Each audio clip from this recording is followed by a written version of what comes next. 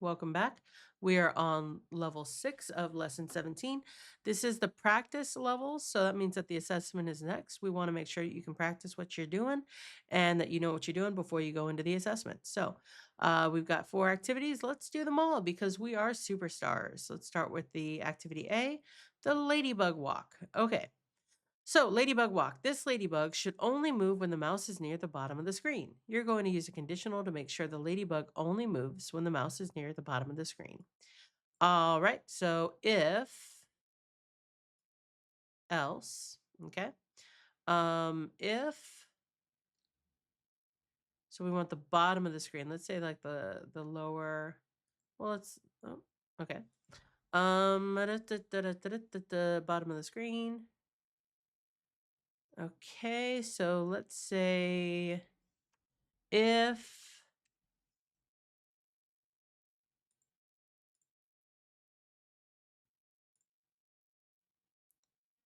let's see, it's gonna be greater than. Okay, so we'll do that. If let's see, sprite. Nope. If world mouse y is greater than, we'll say 300, then okay. All right. Add the counter pattern inside the if statement to decrease the sprite's x value to make the bug move across the screen. All right.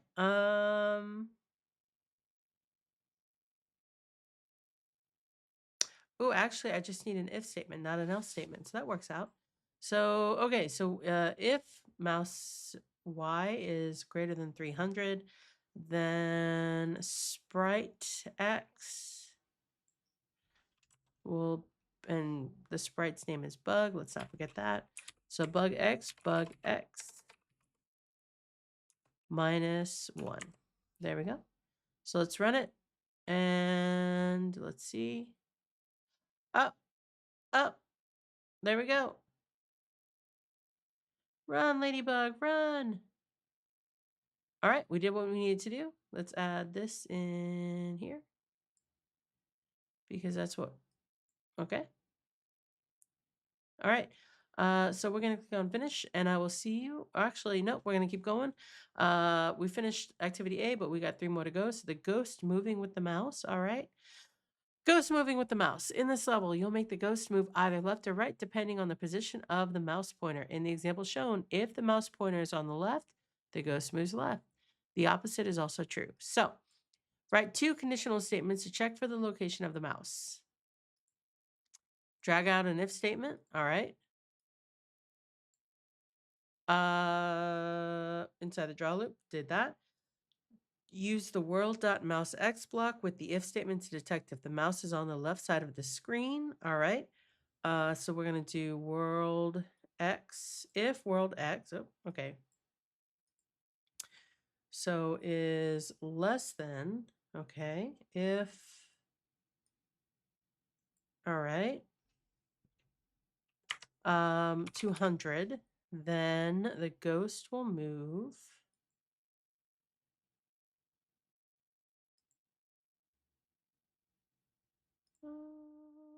Let's see. There we go. Ghost dot x will be ghost dot x minus 1. All right, and we're going to do that over again. So if world dot mouse x is greater than 200, all right, then ghost dot x is ghost dot x plus 1.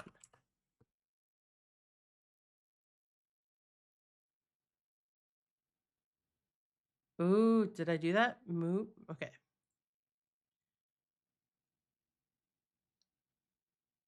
Oh, okay. So actually, we can throw that away. We're going to put this in there. And we're going to throw that away. We're going to put this in there. See, reading the directions is helpful. It says, make the ghost move in a different direction for each mouse location.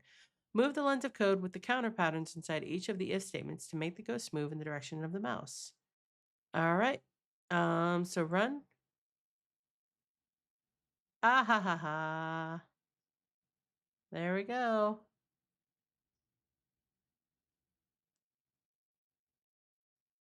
That was easy. All right. So reset. Um, yeah. All right. So we're going to finish this.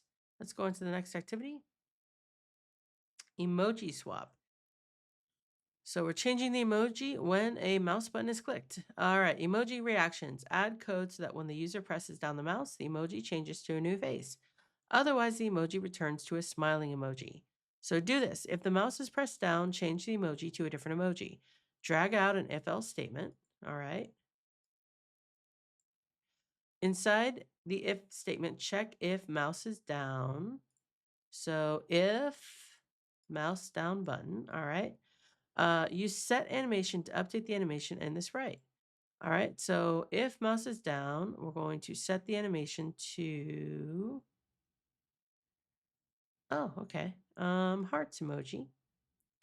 Else, the emoji will stay with the smile emoji. But we have to call it emoji, not sprite. There we go. All right, so let's run.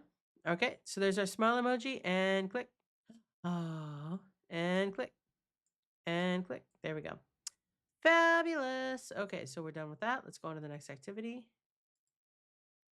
Okay. See, this isn't too hard when you get into it. Just got to spend the time and struggle a little bit and then figure it out and off you go. All right, one more to go. Musical notes. Musical notes. This animation simulates music playing from an instrument, but the music is always playing and never stops. Oh no. Add code so that the notes only appear when the mouse button is pressed. When the mouse button is not pressed, the notes should be hidden. Hint, you'll need to use the visible block for this. All right, so do this. If the mouse is pressed, show the notes in the animation. Find the section of the program for you to add your code. Drag out an if-else block. Inside the if statement, check if mouse down. Use visible blocks to show all the notes. Whew. All right, let's do this. So if-else statement. All right. And then I'm going to take all this. All right. We're going to say if mouse down. All right. Else, this is going to be fun. Else, note 1, false. So that means that note 1 visible, false. So reset run. Okay. So I've got to do that a bunch more times. So note 2, false. And okay, 1, 2, 3, 4. So there's 4 total. Okay, that's not as bad as I thought it was going to be. Oh. All right. Note 3, false. And last but not least, note 4, false. All right. Reset and run. Oh, no music notes, so that's a good sign. And then click, click, click, click, click. Uh-oh. Click, click, click. Okay, so we actually got to make them visible first. Ah ha ha ha. Might have forgotten that part. 1, 2, 3, and 4. All right, so note 1, true. Note 2, true. Note 3, true. Note 4, true. All right. All right, so reset and run. All right, so I don't see any notes yet. Click. There they go. There they are. All right, click and click and click. All right, good. So finish here. All right, we're going to press continue. I do believe that's the last. Yep, it's the last of the 4 activities. So we can press finish here. The assessment is next. So hopefully you guys took your time and figured out how to do all this. So I'll see you on the next level. Here we go.